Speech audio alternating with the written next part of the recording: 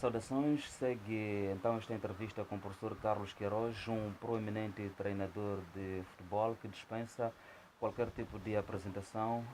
Nosso compatriota nasceu em Nampula a 1 de março de 1953, é dono de um sucesso invejável no percurso da sua carreira. É para já um dos poucos treinadores, ou para sermos mais precisos, é apenas o terceiro de sempre a qualificar três seleções diferentes para as fases finais de campeonatos do mundo. Logrou isso à frente das seleções A da vizinha África do Sul em 2002, em 2010 com Portugal, em 2014 e 2018 com o Irão. Ao nível das seleções, vale assinalar que comandou igualmente a Colômbia, enquanto o treinador principal, Carlos Queiroz, ganhou o Campeonato da Europa em Sub-16 em Portugal, os Campeonatos do Mundo de Sub-20 em 1989 e 1991 também com a seleção portuguesa, uma taça de Portugal e uma supertaça Cândido de Oliveira com Sporting e ainda uma supertaça da Espanha com Real Madrid. Já conquistou três títulos da Premier League, uma supertaça inglesa, uma taça da Inglaterra e uma Liga dos Campeões, enquanto adjunto de Alex Ferguson em Old Trafford. Atingiu a rara barreira de 100 vitórias ao leme das seleções. Como se pode concluir, é um percurso sem máculas. Professor Carlos Queiroz, é para nós um prazer enorme tê-lo aqui para esta entrevista, diga-se, que resulta de uma profunda compreensão e consideração. Em meio de suas férias merecidas, teve que interromper um pouco de tudo, os seus afazeres, enfim, de uma agenda que calculamos bastante carregada para permitir a realização desta entrevista exclusiva ao nosso canal. Antigo guarda-redes de futebol, lemos isso, e hoje treinador da mesma modalidade. Qual é o segredo para tanto sucesso que acabamos de narrar? Não encontra espinhos neste percurso, professor? Não, olha, em primeiro lugar, obrigado por esta oportunidade de estar a falar convosco e a contar algumas histórias da minha vida que possam ter interesse, obviamente.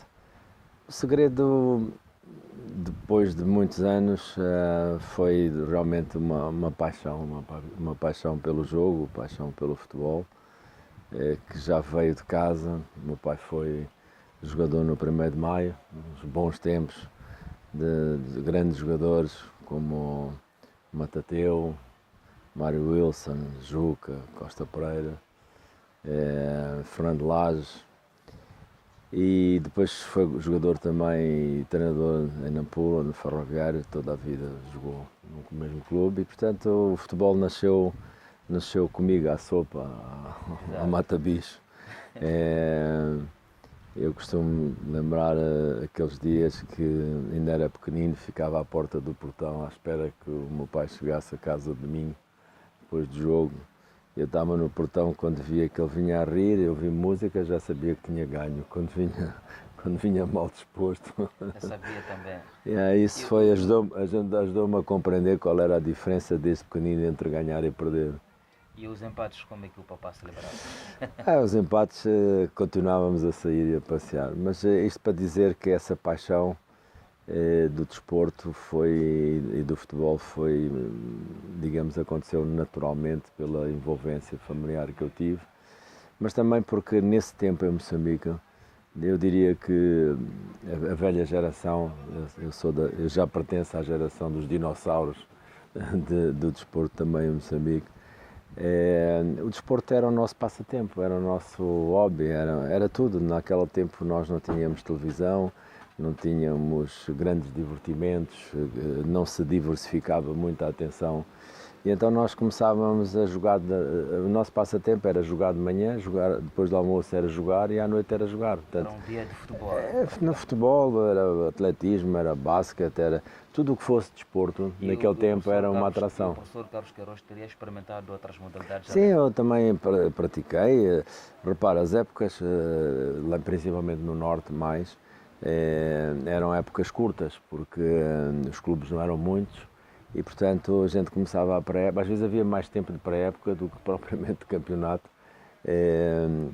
Nós fazíamos a época de futebol e depois havia um interregno grande.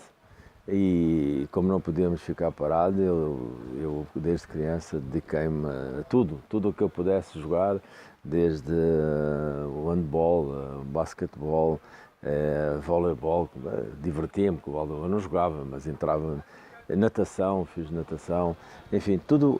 Moçambique era um país de desportistas, porque foi assim que nasceram os grandes jogadores de basquetebol, os grandes jogadores de hóquei patins, todas as modalidades. Eu lembro-me o José Wilson e outros que foram grandes jogadores de futebol em Portugal, eram ainda recordistas de marcas de atletismo naquele tempo. Porquê? Porque a diversificação, digamos, o nosso hobby, o nosso passatempo, a nossa paixão era praticar desporto e competir. Exato. O professor nasce em Nampula, tal como referimos aqui. E quando é que depois parte para Portugal? Eu parti na onda das pessoas de 75. Tinha quantos anos? Era um garoto, eu pensava que já era adulto. Tinha 20 anos, tinha 20 para 21 anos, quando eu estava aqui como cooperante, ainda me faltava um ano, e fui de férias, mas depois, com o trabalho e de querer estudar desporto, decidi não voltar para poder seguir a minha carreira de desportista e de treinador lá. Exatamente. E deste sucesso que aqui acabamos de nos referir, e qual é o pensamento e a apreciação que o professor Carlos Queiroz tem em relação ao futebol moçambicano, o seu país de origem?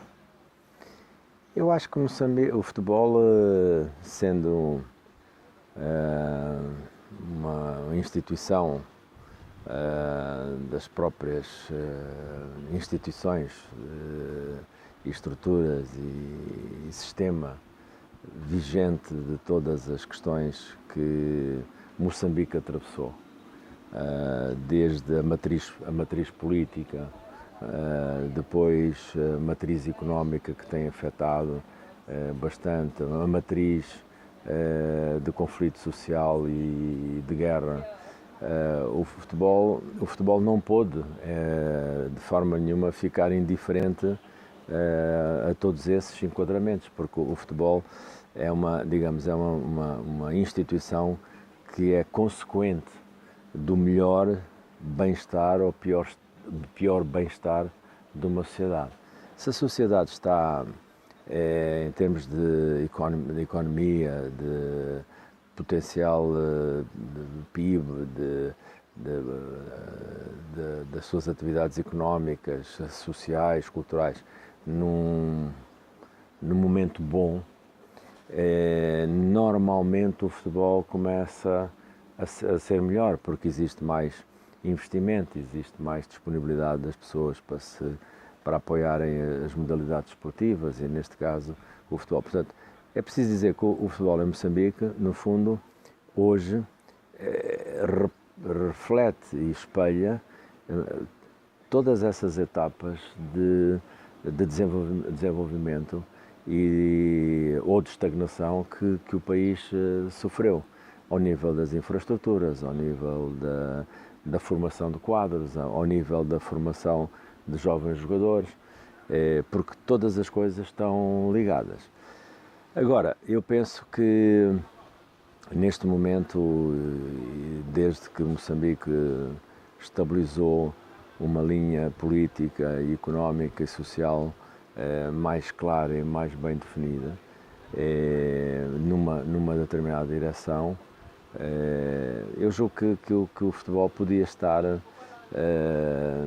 não sei se melhor ou pior, mas podia estar pelo menos com um plano global, um plano generalizado de desenvolvimento. Às vezes não é uma questão de começarmos as coisas com fortunas. Vivemos um mundo difícil neste momento, ninguém pode ter a ousadia e o atrevimento de pensar que o futebol pode começar com milhões e bilhões, mas às vezes um plano bem arquitetado, bem harmonizado, com um determinado orçamento, com objetivos, com programas bem delineados, podem fazer o arranque da locomotiva e acelerar todo este comboio do desenvolvimento que o futebol precisa. Mas o futebol não pode ser, as pessoas iludem-se às vezes que o futebol é investir dinheiro na seleção do país, na seleção A, investir dinheiro na primeira divisão, e pensam que dessa maneira, pondo muitos esforços num determinado cesto, que tudo o resto vem atrás. Não é verdade. O futebol tem que ser o resultado de um plano harmonioso onde nós temos que pôr as quantidades certas nos diferentes cestos. Porque se não houver um desenvolvimento harmonioso da formação de quadros, infraestruturas, equipamentos, valorização da formação dos jogadores, o futebol não pode crescer como um todo. E eu penso que é isso que era importante as pessoas talvez perceberem e tentarem pôr em marcha para que o futuro do futebol moçambicano se equipar à grande fonte de produção de jogadores de alta categoria que Moçambique já produziu, porque esses jogadores e essas capacidades têm que estar aí, têm que continuar aí. Portanto, os Colunas, os Eusébios, os Hilários, os Wilsons, enfim, toda aquela grande geração de jogadores que foram dos melhores jogadores do mundo, eles têm que estar por aqui. É só sabermos pôr a água, as sementes têm que estar por aí. Agora temos que pôr a água certa, temos que pôr as plantas ao sol, temos que pôr na terra certa, temos que pôr os jardineiros certos a cuidar dessas sementes, porque se a gente só puder água, não adianta. Se só tivermos jardineiro, também não adianta, que a flor não cresce. E temos que perceber que é necessário adubar todas estas componentes para se poder ter um grande futebol em Moçambique. Muito obrigado. No Irão, professor, mais tempo ou menos tempo, uma estátua pode ser erguida em homenagem aos feitos do professor Carlos Queiroz, particularmente pelo fato de ter liderado um processo de reestruturação da seleção de futebol deste país, e a seguir foi aquele sucesso, duas qualificações inéditas ao Mundial. Como o professor Carlos Queiroz pode colocar essas experiências em benefício a Moçambique e o seu país?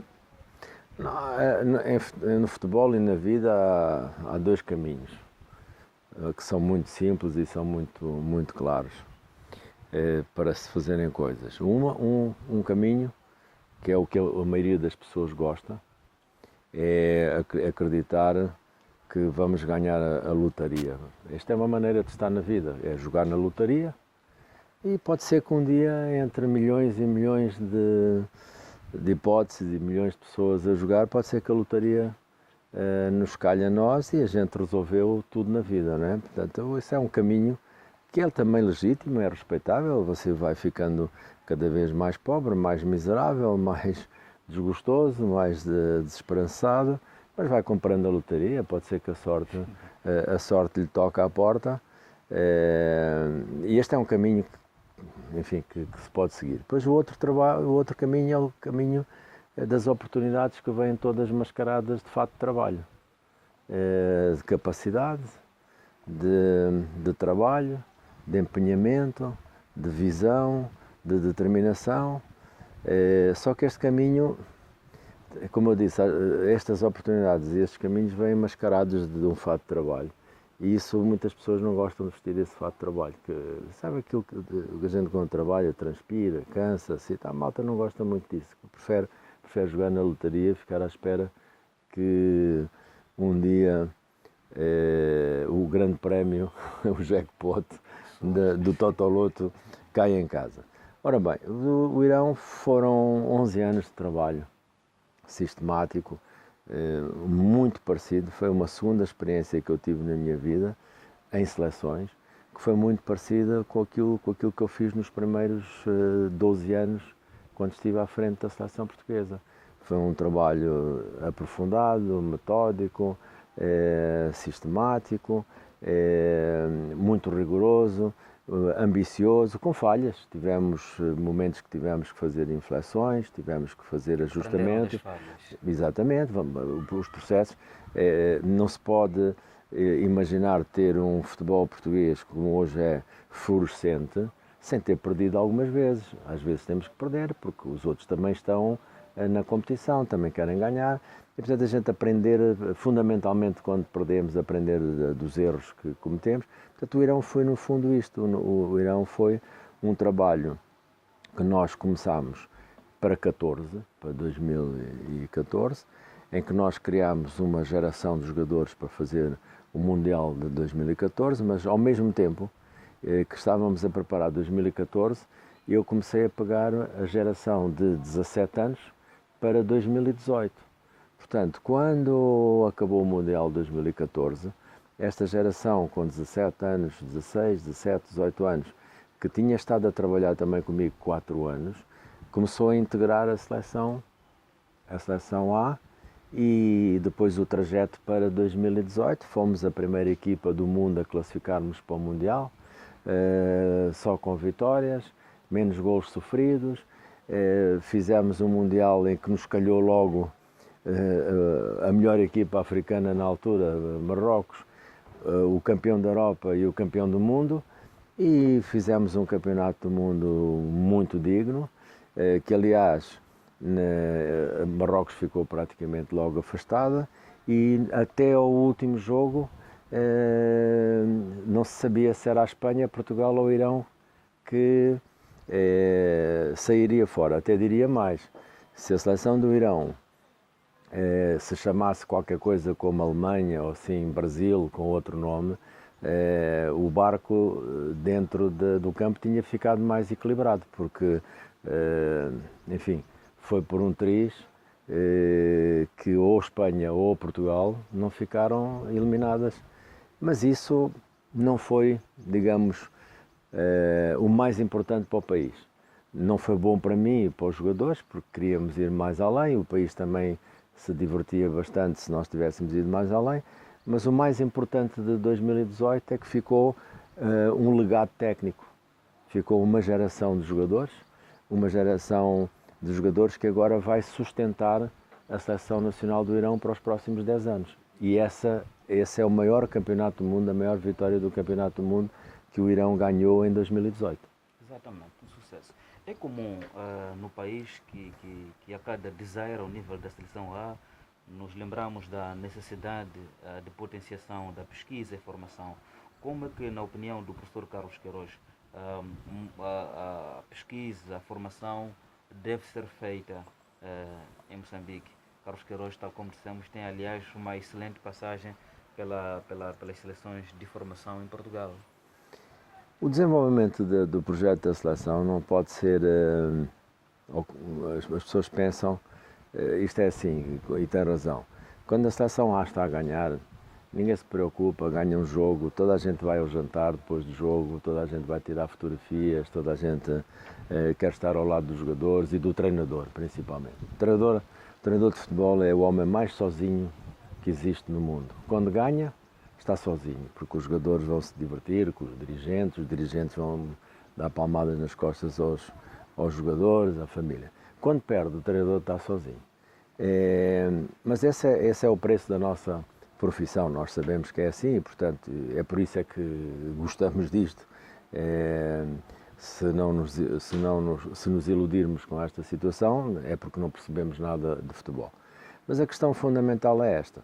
Quando se ganha, pensa-se que está tudo bem e que não é preciso fazer mais nada. E as pessoas dão palmadas nas costas, juntam-se, divertem-se. Quando se perde, pensa-se que está tudo mal. E não é exatamente assim. Quando se ganha, nem tudo está bem. Pelo contrário, é preciso continuar a trabalhar, porque quando se ganha, é quando os outros estão em cima de nós e se preparam melhor para nos ganharem a nós. Portanto, se nós continuamos a celebrar o jogo anterior e não alteramos, não fazemos transformações naquilo que fizemos, os outros estão a trabalhar lá fora para nos ganharem. E depois vem o dia em que nós perdemos. Quando nós perdemos, está sempre tudo mal. Está o treinador mal, está a tática mal, está tudo mal. Menos as coisas fundamentais que deviam ter sido feitas para não estar tudo mal. E aqui muitas vezes, começam as rupturas e começam às vezes os desastres do trabalho de desenvolvimento, porque depois é preciso começar tudo de novo, ou pensa-se que é preciso começar tudo de novo.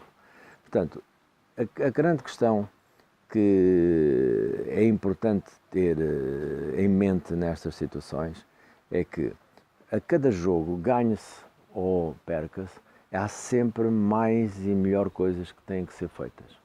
E têm que ser feitas da maneira como eu disse antes. Como é que têm que ser feitas? Têm que ser equilibradamente postos ovos em todos os cestos. Não é gastar uma fortuna no investimento da seleção A, com não sei quantos jogadores a treinarem, com hotéis, com charters, e esquecermos que o Campeonato Nacional de Júniores, ou o Campeonato Nacional de Juvenis, ou a formação dos clubes para preparar futuras gerações, não está a correr bem. Portanto, como eu disse, o segredo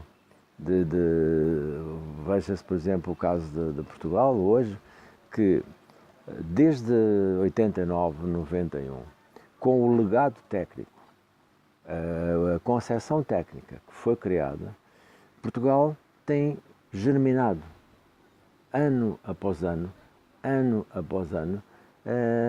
jogadores. Veio a geração do Figo, veio a geração do Cristiano, veio a geração do Bruno Fernandes, e portanto, todos os anos, Portugal, de Bernardo Silva, todos os anos Portugal vai consolidando o seu futuro. Isto é, quando tu estás a jogar o Mundial de 2018, neste momento, jogaste o Mundial de 2018, em Portugal já está a ser preparada a geração que vai jogar o Mundial de 2022 e já está preparada a geração de 2026. Foi este legado técnico também que eu deixei, agora muito semelhante, porque as coisas são diferentes de país para país também no Irão, portanto, em que a Federação percebeu que não se pode pôr todos os esforços e pôr todos os ovos no mesmo cesto, porque senão pode haver presente, mas nunca haverá futuro, porque num determinado momento nós podemos ter uma geração boa de jogadores que nos podem dar alguns resultados, é verdade, mas se não houver essa consolidação, essa concepção de ter as mãos no presente e os olhos no futuro, as coisas não resultam. E o professor Carlos Queiroz, com todo este sucesso pelas seleções estrangeiras, já colocou na hipótese treinar a seleção de Moçambique? Já coloquei, eu profissionalmente, eu penso assim, quem acredita no meu trabalho para poder ter sucesso é logo à partida uma coisa que me honra e que me prestigia, porque quem me contrata para fazer um trabalho está a cuidar de mim, está a cuidar da minha família, está a cuidar do meu bem-estar. Portanto, eu não ponho restrições, mas para mim é muito importante aceitar. Por exemplo, eu desde que saí da Colômbia já podia ter aceito até duas seleções que estão também a caminho do Mundial, já podia ter começado a trabalhar. O caso, por exemplo, que foi da própria África do Sul também, mas eu tenho que acreditar que aquilo que eu penso, aquilo que eu acho que é o caminho para se chegar ao sucesso, é o caminho que as pessoas também acreditam que é necessário chegar ao sucesso. Temos que estar na mesma onda, na mesma página, porque se eu pensar que para chegar ao sucesso de um projeto como Moçambique é preciso ir pela estrada número 1 e depois virar para a 23, mas as pessoas que estão ao meu lado pensam que é preciso ir pela 23 e depois virar para a 27, então não vale a pena, estamos a perder esforços e estamos a perder dinheiro. Portanto, a questão não é se eu coloco alguma objeção a pensar se podia trabalhar em Moçambique. Para mim, o trabalho é uma coisa digna, o trabalho é uma coisa sempre honrosa para qualquer pessoa. O trabalho não desprestigia, pelo contrário. O que desprestigia é malandragem, isso é que desprestigia. Agora, trabalhar não desprestigia nada nem ninguém. Agora, eu tenho é que, num projeto, quando me convidam para um projeto, eu tenho que saber se aquilo que eu penso que são as soluções e são os objetivos a atingir são exatamente os mesmos que as pessoas que estão a convidar-me para fazer esse trabalho. E se não é, a gente continua amigos e não há problema. Exato. E se tivesse que aconselhar ou assessorar as autoridades desportivas do país no que ao futebol particularmente diz respeito, em que é que seria, professor Carlos Queiroz? É aquilo que eu disse, torno a repetir. Repara, eu estou a dizer uma coisa, parece muito simples, mas é ao mesmo tempo complexa e difícil. O que eu digo a qualquer federação, eu trabalhei, agora já não estou ligado, mas trabalhei para aí 30 anos em assessorias técnicas como Technical Advisor da FIFA. Comecei como instrutor da FIFA, depois Technical Advisor, e fiz formação em Moçambique ao serviço da FIFA em Nampula. Eu estive em Nampula a fazer formação de treinadores ao serviço da FIFA num curso de treinadores há uns anos atrás. Foi um orgulho e uma honra muito grande ao serviço da FIFA vir trabalhar a Moçambique e fazer um curso de formação, como tive em São Tomé, tive em Riad, tive em toda a parte do mundo onde a FIFA me mandou. Mas eu digo sempre isto, uma coisa simples. Você tem o futebol, vou dar esta imagem. O futebol é como uma planta. O futebol é exatamente como uma planta. E vou comparar depois as coisas para as pessoas perceberem. Você, para ter uma planta linda, uma rosa, um gladio lindo, tem que ter uma boa semente. Tem que ter uma boa terra. Tem que ter luz. Tem que ter um bom jardineiro. Tem que ter água. Bom, semente.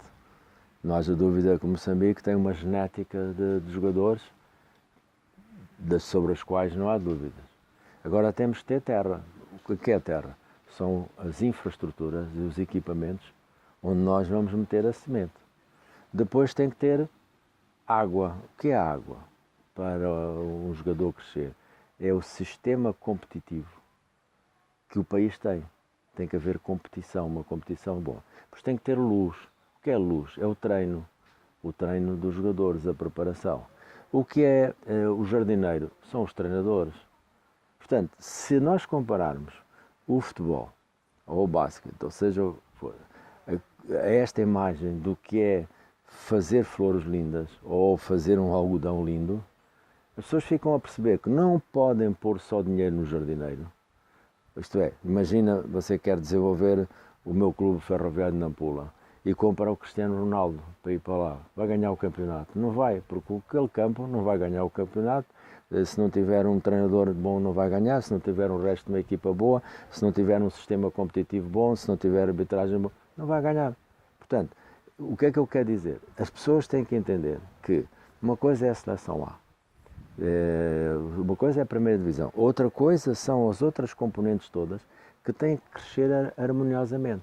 Portanto, se nós começarmos a fazer um trabalho de desenvolvimento que começa da elite para baixo, que são os modelos de referência para os jovens irem para o futebol, e depois de baixo para cima, vai chegar um momento que este trabalho de baixo se vai juntar com o trabalho de cima, e aí acontece a explosão do sucesso.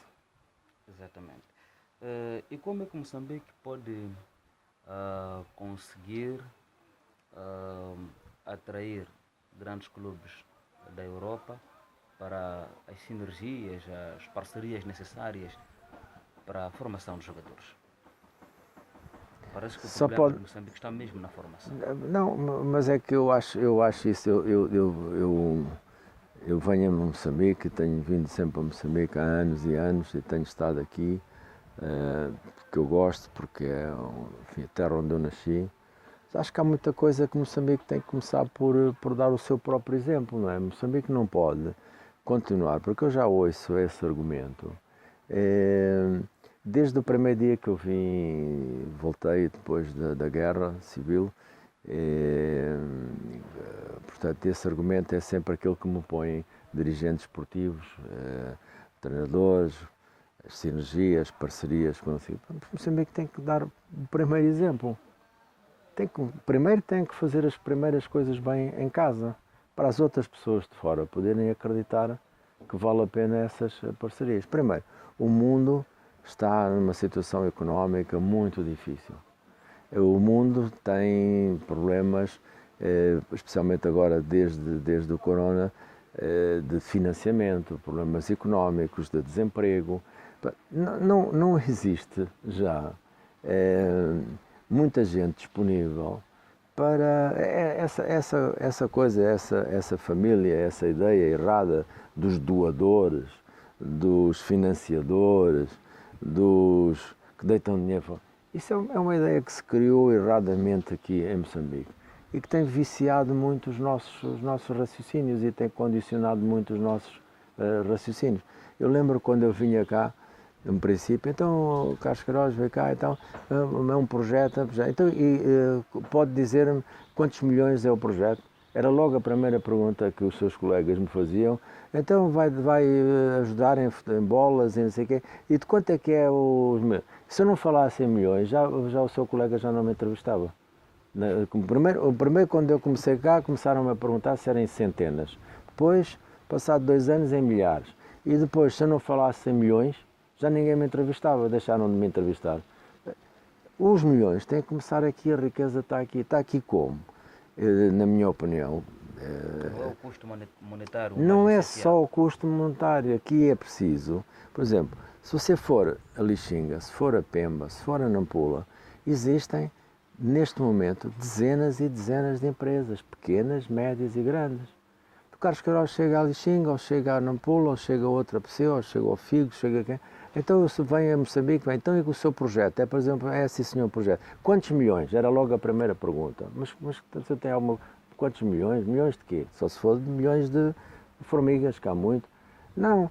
Nós temos que começar a perceber que determinadas cidades têm X número de pequenas empresas, X número de médias empresas, X número de grandes empresas. Ora, vamos lá ver. Se a gente quer apoiar um clube, se queremos trazer, por exemplo, um clube da primeira divisão de Vilanculos a Marrupa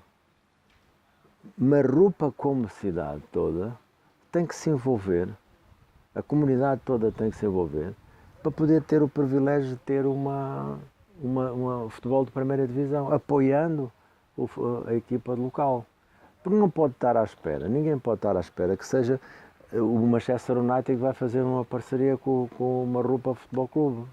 Acha que o Manchester United ou o Paris Saint-Germain vai fazer uma parceria com o Vilanculos? Não vai, porquê? Porque as parcerias são negócios, não é um desequilíbrio.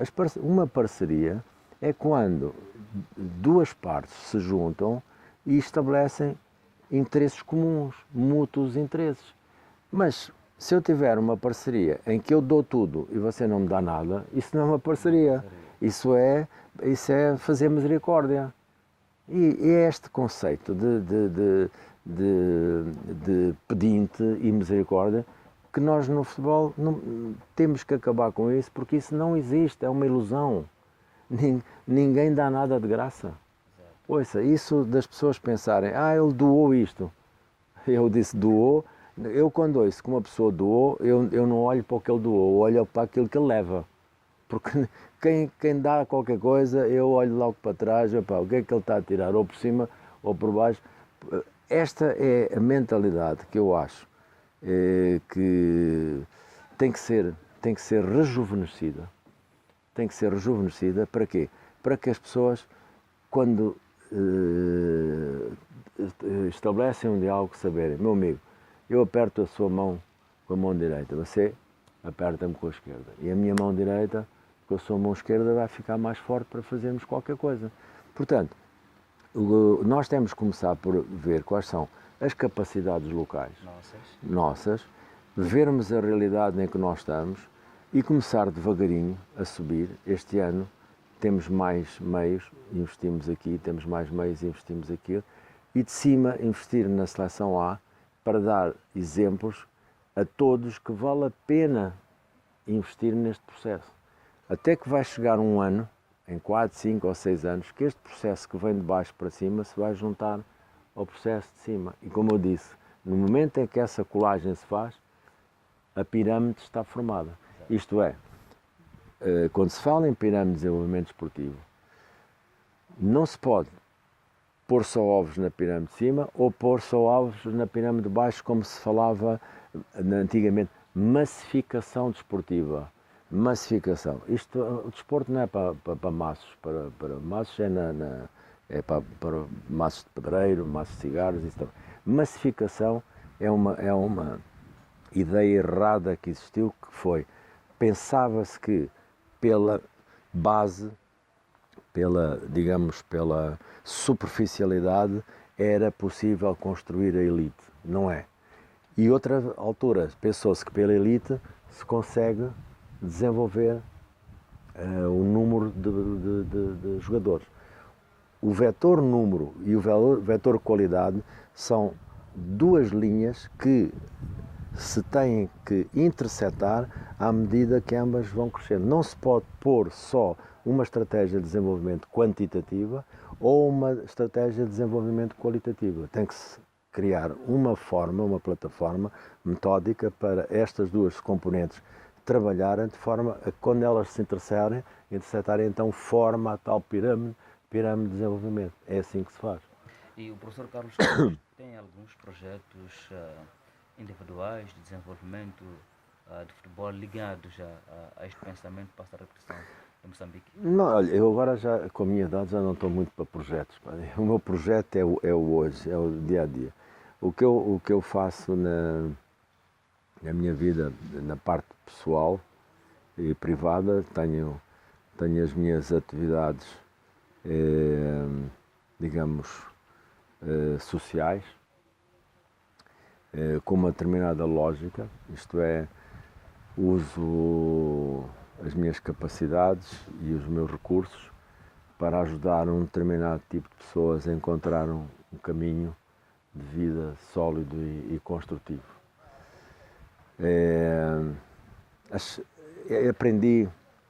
Aprendi que essa coisa de aqui ou noutros sítios em que eu às vezes dava uma importância aqui, uma importância ali, a gente dá qualquer coisa, tapa um buraco, destapa 10, tapa 10, destapa 100. E cada vez que eu voltava não via nada, então eu preferi circunscrever a minha relação com as pessoas a projetos muito específicos e ver as pessoas, os seus filhos, as suas famílias a crescerem saudavelmente, a crescerem construtivamente. Na área do futebol eu não tenho projetos, o meu único projeto do futebol é o projeto profissional. Isto é, eu sou um profissional de futebol, também aprendi isso. Tive uma escola de futebol ligada ao Manchester United durante uma série de anos, onde nós tínhamos muitos miúdos, 300 e tal miúdos bolsistas nessa escola. Depois o Manchester decidiu terminar com as escolas de futebol, eu também acabei por sair com o município de Oeiras. E entendi uma coisa a partir de eu sou um profissional de futebol, portanto, na área do futebol eu trabalho profissionalmente. Se você me pedir daqui a bocadinho para ir trabalhar consigo ali na construção, carpintaria, em hobby, eu vou, mas no futebol eu sou profissional. Portanto, trabalho em projetos em que há uma relação, em que há uma entidade que paga e uma entidade que recebe. Eu sou um trabalhador de futebol e, portanto, ofereço às pessoas aquilo que eu aprendi em 40 anos. Isto é, em cada decisão que eu tomo, eu tenho 40 anos de experiência atrás de mim, portanto é uma decisão valorizada e filtrada por muitos erros e muitas coisas boas que eu fiz.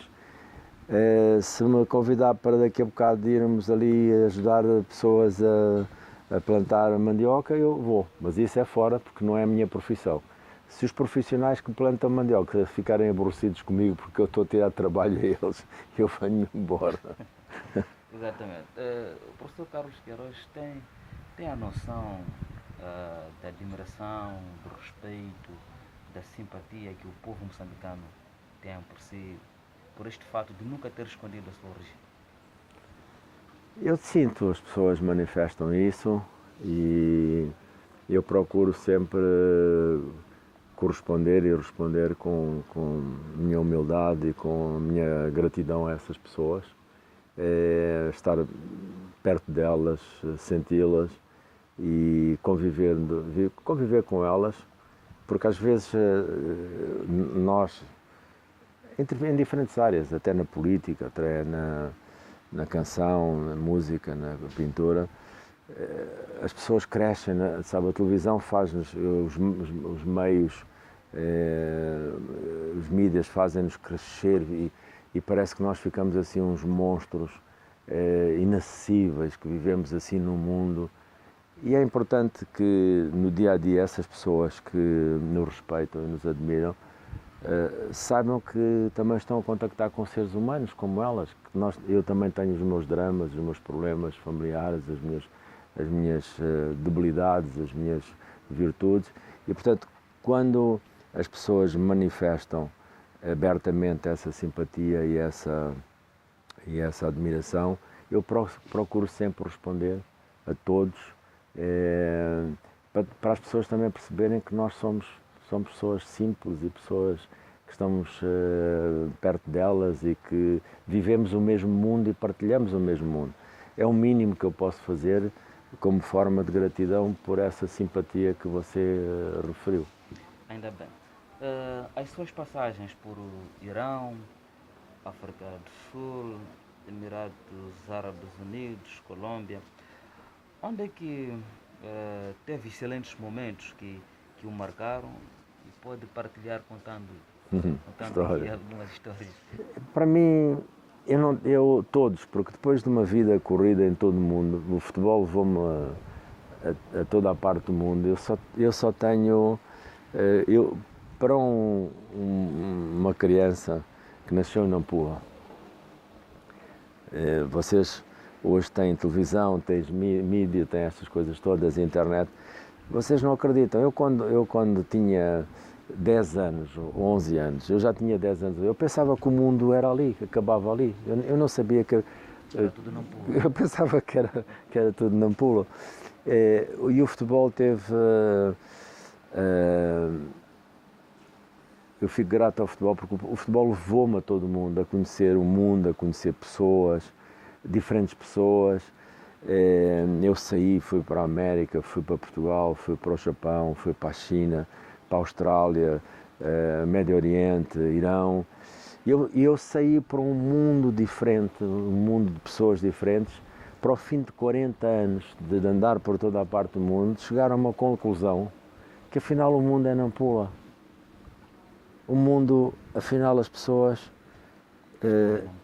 não estão só em Nampula. Os problemas que eu conheci até aos 10 anos em Nampula são os mesmos problemas que têm os sul-americanos, colombianos, brasileiros, a América.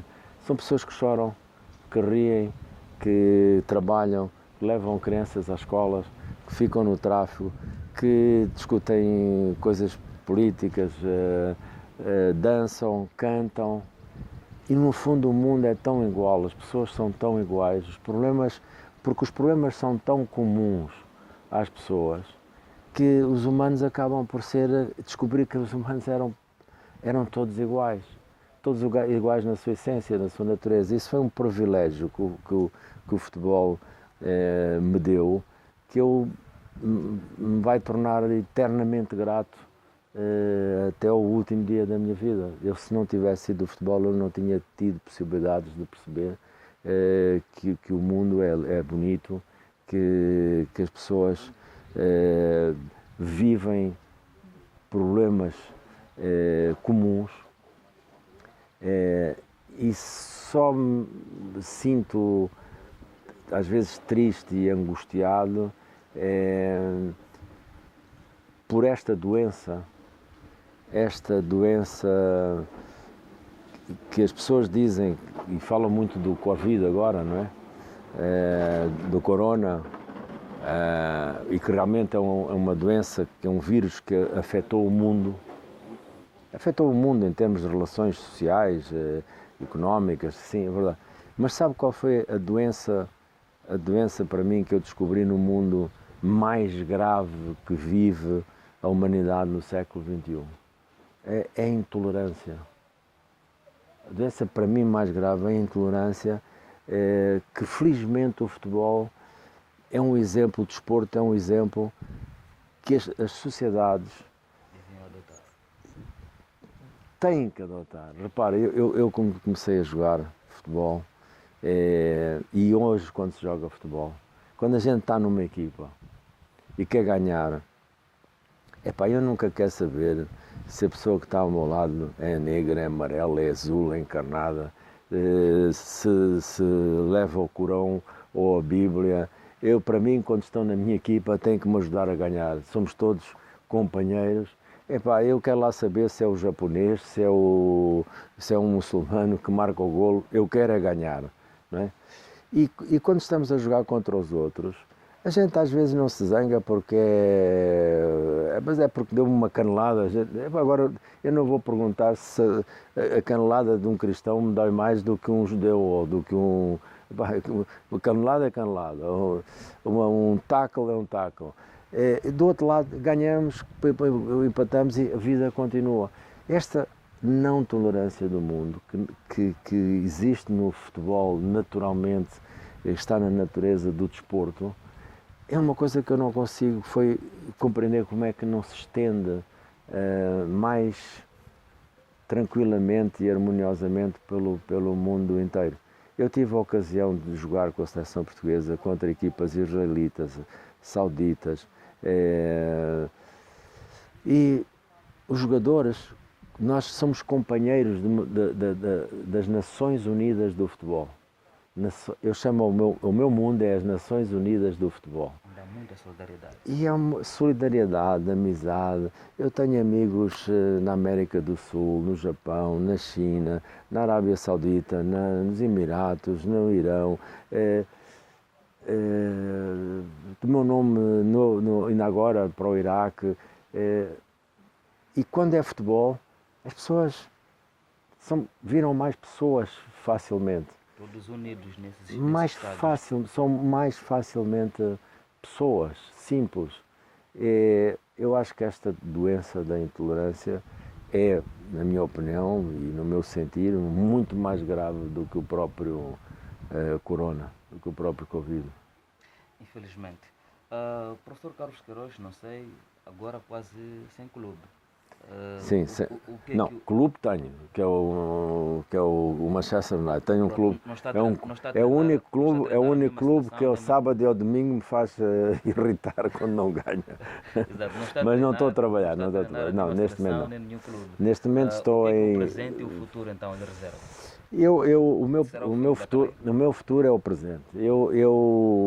Repare, eu já não estou para grandes projetos, nem quero grandes projetos. O meu futuro é hoje. Quais são as oportunidades que eu tenho hoje? Fazer o melhor todos os dias, viver o melhor todos os dias. E amanhã eu deixo isso com as forças divinas traçarem para mim o que desejarem, mas esta também é uma fase que eu diria de mais maturidade, uma maturidade diferente, porque hoje realmente o que eu me interessa é saber como é que está o futebol, como é que estão os meus amigos, como é que está a minha família, o que é que eu vou fazer hoje, o que é que eu posso fazer melhor hoje, e cada vez que me deito, fechar os olhos e não deixar perder a oportunidade de viver cada minuto, cada hora da minha vida. Há contactos com clubes ou seleções neste Sim, momento? eu tenho alguns contactos, mas como eu disse, tracei uma meta que até outubro, novembro, Descanso. vou fazer uma. Sim, repare, eu comecei a treinar muito novo, tenho já 40 anos praticamente de treinador, sem nunca ter parado. Tive a felicidade como treinador, a minha carreira. Eu não fui daqueles treinadores que treinei 2 anos, fiquei desempregado 1 ano, felizmente. Eu saí de trabalho para trabalho, trabalho para trabalho, trabalho para trabalho, durante 40 anos. Trabalho desde os 19 anos de idade. Achei que com esta situação do corona, achei que valia a pena fazer um período de reflexão e de descanso. Tive a infelicidade também, no final da etapa com a seleção da Colômbia, um membro da minha equipa técnica, infelizmente, cometeu suicídio depois de ter corona. Isso marcou um bocado e levou-me a esta decisão. Está no repouso. Os contactos estão a acontecer Os são de contactos clubes? não estão em repouso. Não, sim, os contactos estão a acontecer. São de Sim. clubes ou de seleções? De seleções, Agora, neste momento, mais clubes. mais clubes. Neste momento. Tive realmente alguns contactos de seleções, mas agora, neste momento, são contactos de clubes. Talvez em janeiro comece. Para já em setembro vai, tudo bem. Professor, a nossa entrevista acontece numa altura em que a seleção A de Moçambique prepara-se para a qualificação ao Mundial de Qatar 2022, com o Malau na África do Sul. Quais são as chances de Moçambique em enfim, lograr sucesso? Não, eu só Absolutamente. posso dizer, futebol, como se diz em Portugal, os prognósticos é só quando o jogo acaba. Em futebol há sempre uma porta aberta para a vitória, quando estamos bem preparados. Nunca há resultados antecipadamente definidos, por isso é que é o futebol, o jogo no mundo mais atrativo, menos expectável, de imprevisibilidade no resultado. Portanto, as chances estão sempre abertas. Quando o jogo começa, penso que as chances estão para ambos os lados. O que eu desejo é para Moçambique as maiores felicidades nestes 2 jogos. Exato. Emblemático Carlos Queiroz, visto por muitos moçambicanos na televisão, nos jornais, revistas, socialmente. Como é que é este nosso compatriota Carlos Queiroz do mundo do futebol? 40 anos. Aquilo que eu disse há bocadinho é um pouco aquilo que vou dizer agora. Eu gosto de ter uma vida simples. Eu sempre dizia para a minha família que o meu sonho era um dia poder ter um par de chinelos, calções e ter uns coqueiros como estes lindos que estão aqui, para poder desfrutar da sombra e da frescura que estes coqueiros nos trazem para a alma, principalmente. A minha vida não é complicada, acredito. Procuro fazer coisas simples. Quando estou de férias, crio os meus hobbies, nunca posso estar parado.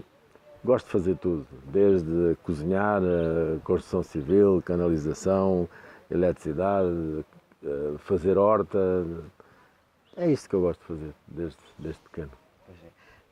Vilanculo, este ponto onde fazemos esta entrevista para o mundo, foi escolhido para acolher em 2022 o Campeonato Africano de Futebol de Praia. Experimentado o professor Carlos Queiroz neste tipo de organizações, neste tipo de eventos.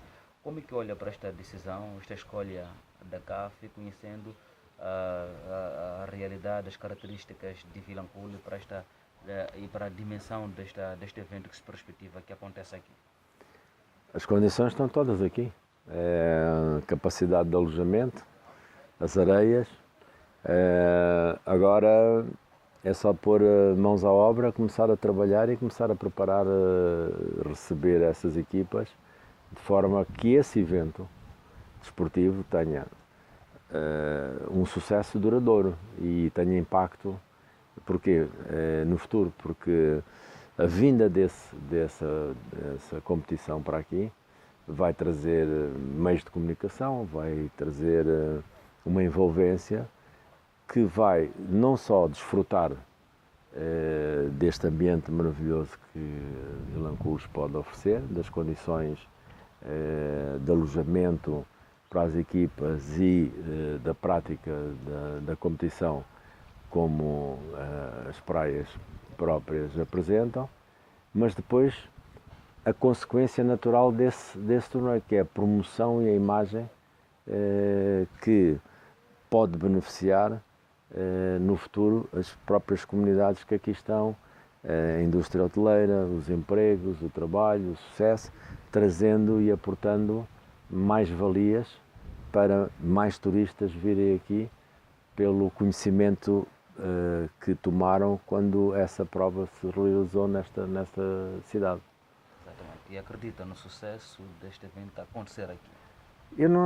Aqui não é uma questão de acreditar, é uma questão de ter que acontecer a sucesso. Não, sabe, eu tenho uma ideia para mim, muitas vezes as pessoas têm este raciocínio, que eu respeito, que é criar o plano A, plano B, plano C. Plano A, B e C. Vamos fazer assim, mas se não fizermos assim, fazemos assado, já temos... Eu acho que quem vive na vida com plano B, plano C, são os perdedores. Os perdedores é que vivem com plano B, plano C, porque quando estão a fazer o plano A já querem ir para o plano C. Não é? Portanto, as pessoas, quando vivem numa filosofia que é plano A, e decidiram e propuseram trazer essa prova com essa responsabilidade para Vilanculos, só podem ter um plano, que é o plano do sucesso. Não há outra alternativa, não há plano 2, 3, 4, 5, B, C, D. Portanto, a partir do momento que é um dado adquirido que a prova vai existir em Vilanculos, as pessoas de Vilanculos só podem pensar de uma maneira: plano A é este, qual é a melhor opção? É esta. Tudo o que for B já não pode ser solução. Não pode ser solução. Tem que fazer um plano A para isto ter grande sucesso, não só para a prova, como para o futuro das pessoas que vão ficar aqui atrás. Porque se a prova não tiver sucesso, vão prejudicar as pessoas que estão aqui em Vilanculos. Portanto, já construíram expectativas. Exatamente. Aqui neste momento é assim. Quando me pergunta, acredita? Não é uma questão de acreditar. Tem que ser. Não há outra alternativa. Não se espera outra coisa. Exato. Continuamos neste espaço de entrevista com o professor Carlos Queiroz, um homem muito experimentado no mundo de futebol, aliás, diz que no seu mundo há só um estado, os Estados Unidos de futebol, e então tentamos compreender o seu percurso profissional, as suas perspectivas, enfim. Professor Carlos Queiroz, há alguma razão especial de, enfim, sempre nos seus momentos de repouso, a escolha recair a Vilanculo?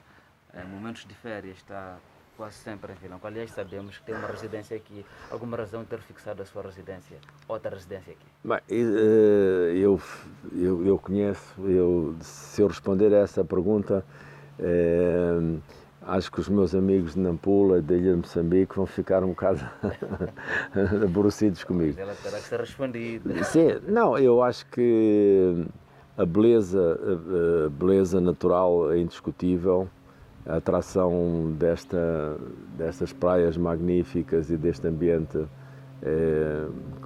quase sem paralelo também fica pouco para debater nesse capítulo, mas naquela altura foi também uma questão de oportunidade, foi há muitos anos, era um problema de acessibilidade, e eu vim aqui, portanto houve condições que os amigos estavam aqui para criar algumas soluções, e aconteceu um pouco naturalmente isso, porque é preciso contextualizar as decisões. Portanto, eu não vim aqui a primeira vez ontem, foi há 14 anos, 16 anos.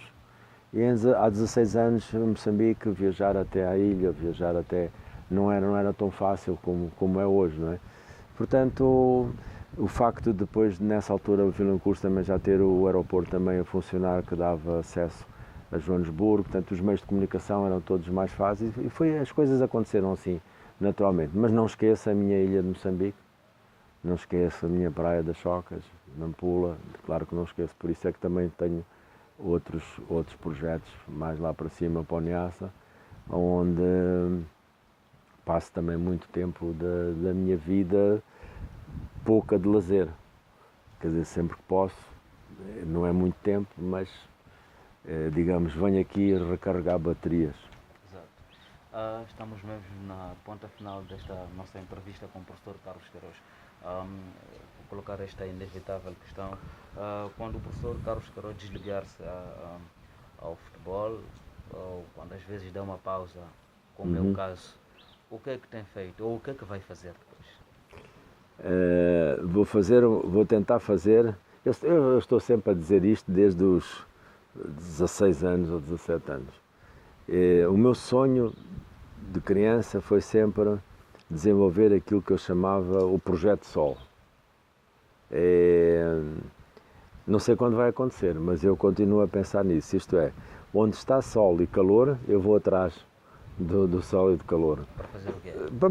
Porque estar num ambiente de sol e calor, que eu não gosto muito de frio, para quem nasceu na Pula e lá em cima no norte, eu percebi desde criança que não nasci para ser pinguim. Então, eu sempre dizia que era o projeto de sol, andar atrás do sol. Quando tiver calor em Portugal, se calhar fico lá uns meses em Portugal. Quando tiver frio, venho-me esconder aqui na ilha de Moçambique ou em Vilanculos. Portanto, a minha ideia é tentar passar o máximo tempo possível num sítio em que eu só preciso de chinelos, uns calções, uma t-shirt e um coqueiro. Esse era... Os pratos típicos de Vilanculo, há alguma preferência? Diga? Dos pratos típicos de Vilanculo, a nossa gastronomia aqui. Os pratos típicos estão ali naquela águazinha ali, porque para mim o camarãozinho, o caranguejo, a lagosta foram sempre os meus pratos preferidos. E sempre que eu posso juntar isso ou grelhado ou em caril, são os dois pratos, os dois menus que eu gosto mais. Professor, vamos terminar esta entrevista, mas queria dar a possibilidade de, enfim, dizer qualquer coisa aos amigos que acompanham esta nossa entrevista a partir daqui de Vilanculo. Alguma coisa sobre Vilanculo a dizer? Não, eu desejo para Vilanculos o mesmo que desejo para Moçambique. Foi a terra onde eu nasci. Eu tenho um duplo sentimento. Eu tenho sempre explicado isto, é a minha maneira de ver, espero que me respeitem e que não levem isto a mal. Nós nascemos de pai e mãe, não é? E o amor do pai e o amor da mãe não se explica, não é? Eu tenho um duplo sentimento cultural, de nacionalidade que é portuguesa e moçambicana. Há algumas pessoas que eu compreendo, talvez não consigam entender isto, mas nós vivemos um mundo de novas identidades. O mundo da identidade asiática, africana, europeia acabou. Nós hoje temos os afro-americanos, temos os euro-africanos, temos os afro-europeus. Eu considero-me um afro-europeu. Portanto, um afro-europeu porque eu nasci em África, de origem europeia. Como existem euro-africanos. Portanto, significa que com esta dupla identidade, este duplo sentimento, eu quando estou aqui sinto-me em casa, quando estou em Portugal sinto-me em casa. É um sentimento de pai e mãe. Se calhar aqueles que nasceram só de origem de pai ou só tiveram mãe, se calhar não entendem isto. Mas infelizmente as leis e as regras são feitas por quem manda e algumas pessoas que fizeram as leis e as regras naquele tempo esqueceram-se e não tomaram em consideração que o mundo já não é feito só de identidades muito individualistas. Hoje temos identidades mistas. E então eu desejo para Moçambique o mesmo que desejo para Portugal, que é também a minha gente, que é a minha gente de Moçambique, que é a minha terra de Moçambique, que é o meu Portugal, o meu Moçambique. É o que eu sinto e ninguém pode ter medo de dizer aquilo que sente. Portanto, eu desejo para Vilanculos, desejo para Moçambique paz, em primeiro lugar. Paz, bem-estar, porque com a paz e com o bem-estar nós temos todas as condições para poder trabalhar e ter sucesso e ter progresso. Saúde, felicidades e paz. Exato, professor, na ponta final da nossa entrevista, o convidávamos a expressar alguma palavra de solidariedade ao povo de Cabo Delgado em relação à situação que está a acontecer. É verdade que anda meio controlada com as forças conjuntas que estão no teatro operacional. Essa é uma questão muito sensível e é uma questão realmente que a qualquer ser humano e a mim particularmente me entristece bastante. Me cria uma agonia, uma angústia enorme por isto até parece um pouco egoístico ver acontecer isto em Moçambique, na nossa terra também.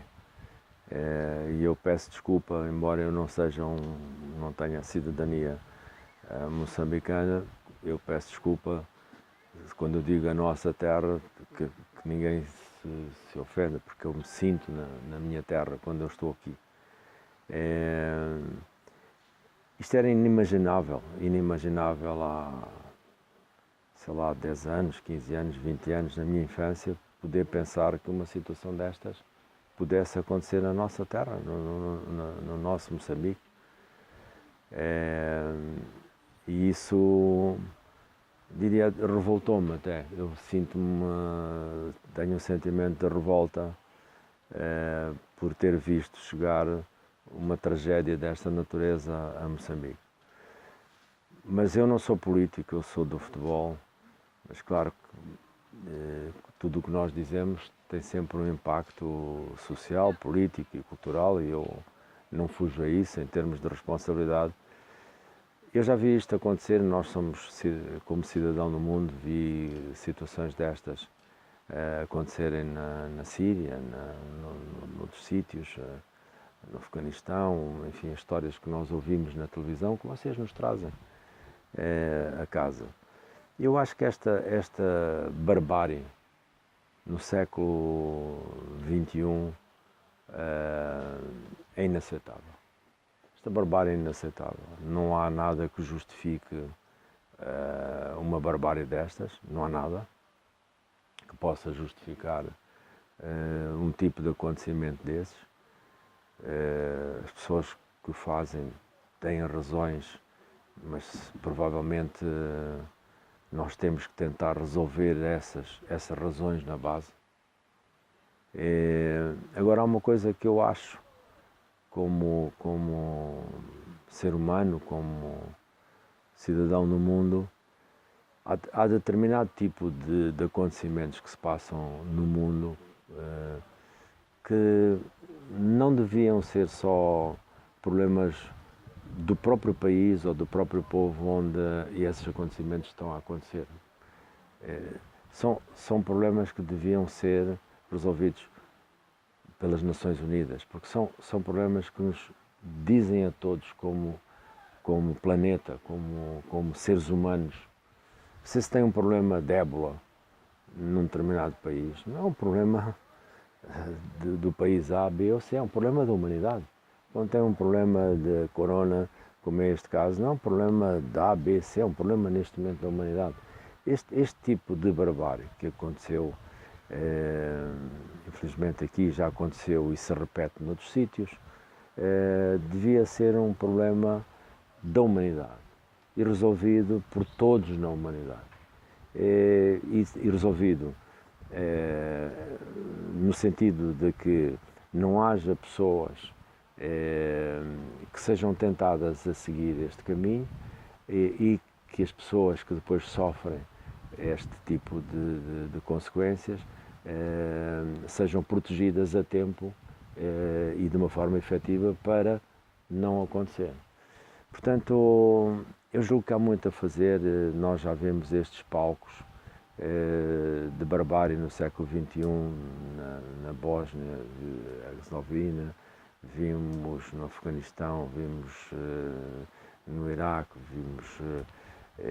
só estou a dar alguns exemplos que os mídias agora me estão a assaltar e, portanto, eu diria que isto só pode... Estas questões têm uma componente que é política, que é uma componente económica, militar, que eu não sei falar, porque não é da minha... não tenho capacidade para falar sobre isso, mas tenho capacidade de falar sobre a componente humanística. E sobre o ponto de vista humanístico, como ser humano, como todos somos, isto é revoltante, é chocante, é triste, é inexplicável, porque nós não vivemos no tempo de romanos, não vivemos no tempo das campanhas do século XI, do século XII, das conquistas de força. E, portanto, sob o ponto de vista humanístico, isto, na minha opinião, são situações que deviam estar caracterizadas para serem resolvidas pela humanidade. E a humanidade como um todo, através das Nações Unidas, deviam ter um papel mais efetivo e mais interveniente neste tipo de situações. Não tomando partido, não tomando, porque isso é um problema dos locais onde estas questões acontecem, mas parar pelo menos a barbárie. Parar. Isso é uma opinião humana, não é política, não é, digamos, cultural, económica, é pura e simplesmente sob o ponto de vista humano, sob o ponto de vista do sofrimento, das emoções, dos afetos. Essa é a expressão de solidariedade que eu tenho para com Cabo Delgado, para com as pessoas todas de Cabo Delgado, para com a região, para com o país, para que a paz se restaure, porque em paz haverá soluções de sucesso. Sem paz, nunca é possível construirmos o futuro. Obrigado, professor. Obrigado.